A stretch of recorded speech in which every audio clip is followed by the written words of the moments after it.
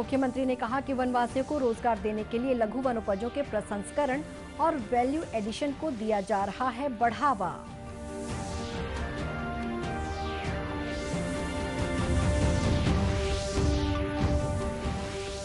आयकर विभाग ने राज्य में कर मामलों में पारदर्शिता और कर चोरी रोकने के लिए फेसलेस असेसमेंट स्कीम की शुरुआत की।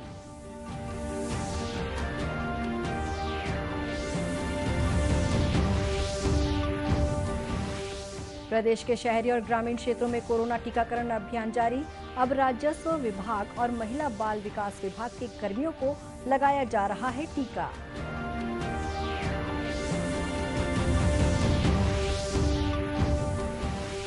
और महासमुंद पुलिस ने करीब 1 करोड़ रुपए कीमत के बहुमूल्य रत्न बरामद किए। एक आरोपी गिरफ्तार।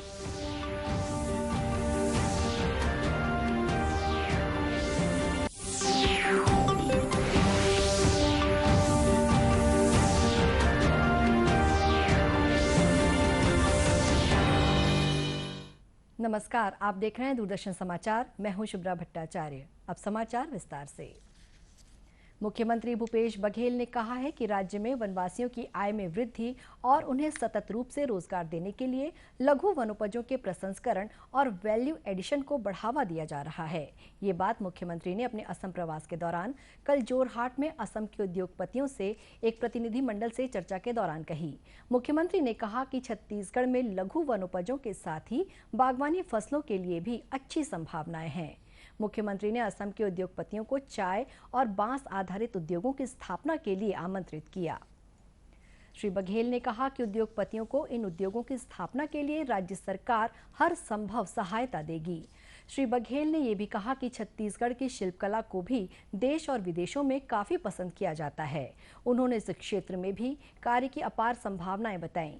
मुख्यमंत्री ने कहा कि छत्तीसगढ़ में उद्योगों को नई सहूलियत देने के लिए नई उद्योग नीति बनाई गई है। आयकर विभाग ने कर के मामलों में पारदर्शिता और कर चोरी रोकने के लिए फेसलेस असेसमेंट स्कीम की शुरुआत की है। ये जानकारी आज रायपुर में आयोजित प्रेस वार्ता में छत्तीसगढ़ और मध्य प्रदेश प्रधान मुख्य आयकर आयुक्त R.K. पालीवाल ने दी। उन्होंने बताया कि इस योजना के तहत अब करदाताओं को व्यक्तिगत रूप से कार्यालय नहीं बुलाया जाएगा, बल्कि ईमेल के माध्यम से नोटिस भेजने और जवाब लेने की प्रक्रिया होगी। साल फेसलेस असेसमेंट शुरू किया है, जिसमें किसी भी करदाताओं को अपने जांच के मामलों में आयकर कार्यालय नहीं आना, उनसे सवाल भी उनकी जांच के ईमेल के माध्यम से पूछे जा रहे हैं और जवाब भी ईमेल के माध्यम से आ रहे हैं। और इसमें ये भी इसकी खास बात है कि रायपुर के मामले की जांच रायपुर में नहीं हो रही, देश के किसी भी हिस्से में हो सकती है। और रायपुर के जो आयकर अधिकारी जांच कर रहे हैं वो रायपुर के बाहर, यानी कि जम्मू का भी मामला आ सकता है, चेन्नई का भी मामला आ सकता है और यहाँ का मामला कहीं भी जा सकता है। तो ये सब जो हमारे कंप्यूटर सेंटर्स हैं उनके माध्यम से ये हो रहा है। तो कोविड के समय में इसका ये लाभ है कि आयकर कार्यालय में जो भीड़ इकट्ठा होती थी, जब मार्च का एंड आता था, सबके मामले सुलझाने होते थे उस समय, तो वो भीड़ अब नहीं होगी। वहीं श्री पालीवाल ने यह भी बताया कि छत्तीसगढ़ और मध्य प्रदेश में आयकर संबंधी मामलों के निपटारे में अन्य राज्यों की तुलना में काफी तेजी आई है। उन्होंने बताया कि कई वर्ष पुराने मामले भी अब जल्द से जल्द निपटाए जा रहे हैं। राज्य में अब तक करीब 1,81,000 स्वास्थ्य कर्मियों और फ्रंटलाइन वर्कर को कोविड वैक्सीन लगाई जा चुकी है। अब राजस्व विभाग के अधिकारियों और महिला तथा बाल विकास विभाग की कार्यकर्ताओं को कोरोना का टीका लगाया जा रहा है। प्रदेश में पहले चरण में 2,67,000 स्वास्थ्य कर्मियों और फ्रंटलाइन कार्यकर्ताओं को कोविड का टीका लगाया जाएगा। स्वास्थ्य विभाग द्वारा शहरों के अलावा ग्रामीण क्षेत्रों में भी कोरोना टीकाकरण की व्यवस्था की गई है। दुर्ग के जिला टीकाकरण अधिकारी डॉक्टर सुदामा चंद्राकर ने बताया कि ग्रामीण क्षेत्रों में टीकाकरण अभियान को काफी सफलता मिल रही है। उन्होंने बताया कि टीकाकरण के पहले चरण का लक्ष्य कल तक पूरा कर लिया जाएगा। कोविड वैक्सीनेशन का कार्य हम शहर और जिला दोनों जगह करीब हमारे शुरू में हम लोगों को 5 सेंटर से शुरू किया था। आज हमारे पास 33 टीम लगी हुई थी कल। आज हमारे साथ 16 टीम लगी हुई है। ग्रामीण एरिया, शहरी एरिया सभी में अच्छा रिस्पांस मिल रहा है। और खासकर ग्रामीण एरिया में हमारे कुछ ही हितग्राही बचे हुए हैं जिनको हम पर्सनली व्यक्तिगत रूप से मोबाइल से कॉल करके आज टीका लगाने के लिए इनवाइट कर रहे हैं। और हमारा टारगेट ये है कि 10 फरवरी तक हम सभी का टीकाकरण प्रथम डोज के कर पाएँ। गौरतलब है कि केंद्रीय स्वास्थ्य मंत्रालय के दिशा निर्देशों के मुताबिक स्वास्थ्य कर्मियों और फ्रंटलाइन वर्कर्स के टीकाकरण के लिए आगामी 6 मास तक का समय निर्धारित किया गया है। महासमुंद पुलिस ने करीब 1 करोड़ रुपए कीमत के बहुमूल्य रत्न बरामद करने में सफलता हासिल की है। इस मामले में उत्तर प्रदेश के रहने वाले एक आरोपी को गिरफ्तार किया गया है। मुखबिर से मिली सूचना के आधार पर बसना पुलिस और साइबर सेल की टीम ने एक व्यक्ति से पूछताछ की और इसके बैग से करीब 62 प्रकार के 2500 से अधिक रत्न बरामद किए गए। जिले के पुलिस अधीक्षक प्रफुल्ल ठाकुर ने बताया कि आरोपी सीमा सुरक्षा बल का भूतपूर्व सैनिक है और वो राजस्थान से रत्न लाकर छत्तीसगढ़ के अलावा अन्य राज्यों में भी बेचता था।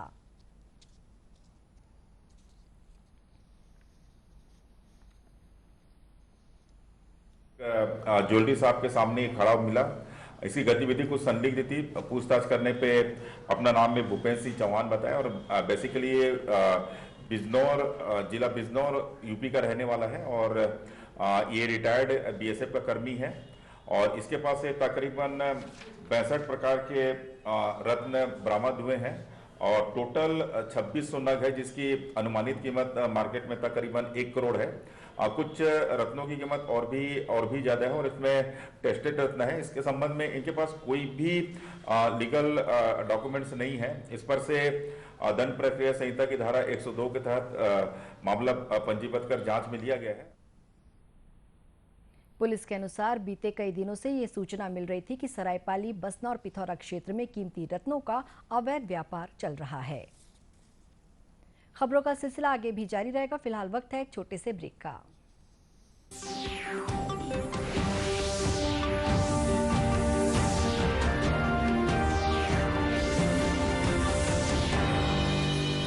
Hey girls! Hi! Congratulations! आज तो पार्टी चाहिए। पहले चैंपियन के साथ सेल्फी लेंगे। आइडिया, यही करते हैं पार्टी।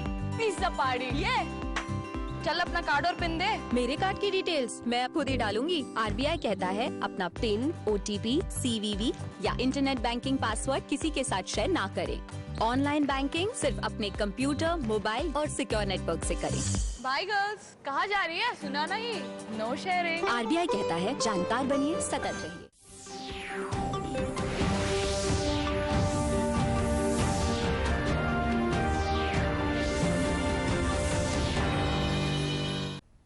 ब्रेक के बाद एक बार फिर स्वागत है आपका दूरदर्शन समाचार में।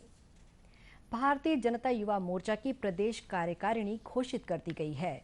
इस सूची में प्रदेश अध्यक्ष अमित साहू ने 28 जिलों में से 19 जिला संगठनों के जिला अध्यक्षों के नामों का ऐलान किया है।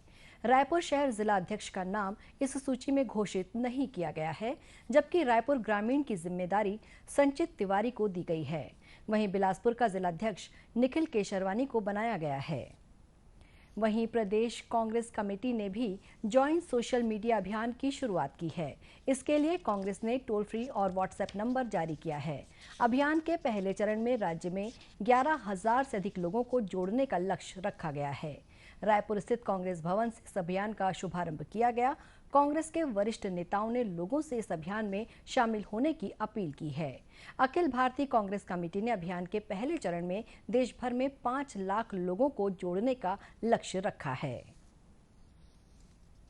दिव्यांगजनों के सशक्तिकरण और उनकी दिनचर्या को आसान बनाने के लिए दिव्यांगजन कौशल विकास, पुनर्वास और सशक्तिकरण क्षेत्रीय संयोजित केंद्र CRC राजनांदगांव द्वारा कई तरह के कार्यक्रम चलाए जा रहे हैं। केंद्रीय सामाजिक न्याय और अधिकारिता मंत्रालय के अधीन संचालित इस केंद्र में विभिन्न तरह के दिव्यांगजनों का उपचार और पुनर्वास के प्रयास हो रहे हैं। केंद्र के निदेशक डॉक्टर कुमार राजू ने बताया कि दिव्यांगजनों के प्रति समाज को संवेदनशील और दिव्यांगजनों को आत्मनिर्भर बनाने के लिए 7 विभाग कार्य कर रहे हैं। CRC राजनांदगांव का मुख्य उद्देश्य सभी प्रकार के दिव्यांगजनों का पुनर्वास, एक ही छत के नीचे सभी प्रकार के प्रोफेशनल्स के द्वारा पुनर्वास की सुविधा। दूसरा, मानव संसाधन विकास करना इस डिसेबिलिटी रिहैबिलिटेशन के फील्ड में, और आउटरीच प्रोग्राम, जो दिव्यांगजन हमारे सीआरसी सेंटर में नहीं आ पाते हैं, हम उन्हें उनके प्लेस में जाकर, उनके जगह में जाकर रिहैबिलिटेशन सुविधाएं उपलब्ध करवाते। ऑक्यूपेशनल थेरेपी विभाग के अध्यक्ष डॉक्टर देवाशीष ने बताया कि इस केंद्र में दिव्यांगजनों के उपचार के लिए विभिन्न प्रकार की सुविधाएं उपलब्ध हैं।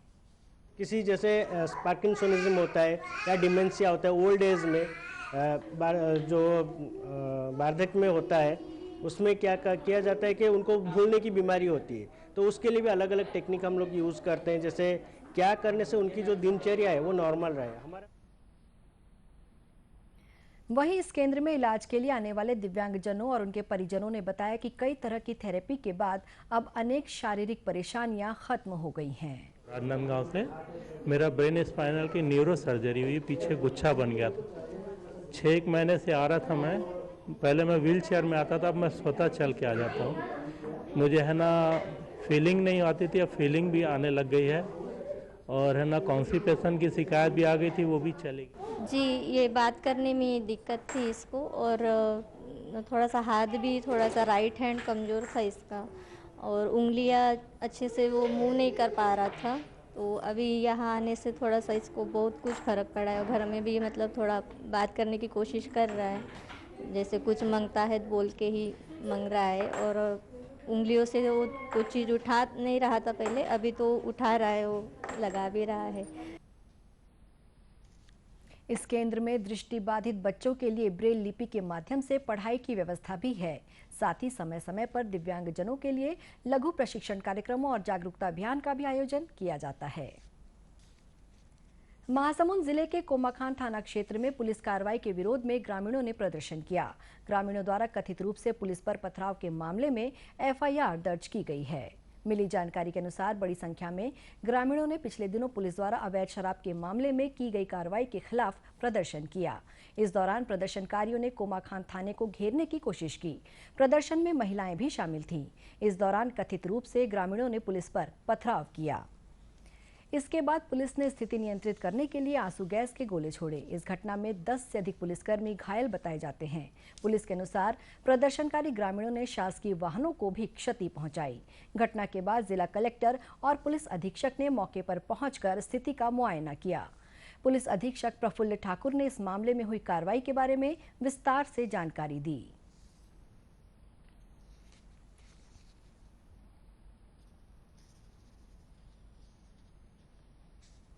फिलहाल इसमें अभी 2 एफआईआर हुआ है, उसमें तकरीबन 13 लोगों के ऊपर नामजद एफआईआर किया गया है। उसमें से कुछ लोगों की गिरफ्तारी हो गई है, बाकी से बच्चे उनकी भी जल्द ही गिरफ्तारी कर ली जाएगी। कुछ महिलाएं भी काफ़ी आक्रोशित थी, महिलाएं भी काफ़ी वहाँ पे पुलिस वालों, जो महिला पुलिस उनके साथ हुज्जत कर रही थी, उनको भी एहतियातन के तौर पे तकरीबन 15 महिलाओं को वहाँ पे गिरफ्तार किया गया था। तुरंत वहाँ पे उनको एसडीएम साहब द्वारा जमानत मुचल के भी रिहा कर दिया गया था। और फिलहाल जो मुख्य प्रकरण है उसमें भी गिरफ्तारी अभी भी चल रही है, और इसमें जल्द ही गिरफ्तार करके उनको जुडिशियल रिमांड में न्यायालय रवाना किया गया। उल्लेखनीय है कि बीते 30 सितंबर को पुलिस और नर्रा गांव के ग्रामीणों के बीच अवैध शराब की बिक्री के मामले में विवाद हुआ था। पुलिस ने इस घटना के बाद 3 ग्रामीणों को गिरफ्तार कर जेल भेज दिया। इसके बाद से स्थानीय ग्रामीण पुलिस की इस कार्रवाई का विरोध कर रहे हैं। अंत में मुख्य समाचार एक बार फिर। मुख्यमंत्री ने कहा कि वनवासियों को रोजगार देने के लिए लघु वनोपजों के प्रसंस्करण और वैल्यू एडिशन को दिया जा रहा है बढ़ावा।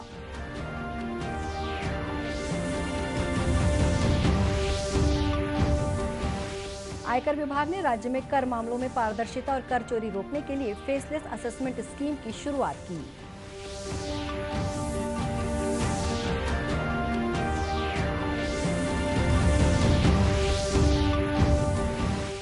प्रदेश के शहरी और ग्रामीण क्षेत्रों में कोरोना टीकाकरण अभियान जारी। अब राजस्व विभाग और महिला बाल विकास विभाग के कर्मियों को लगाया जा रहा है टीका।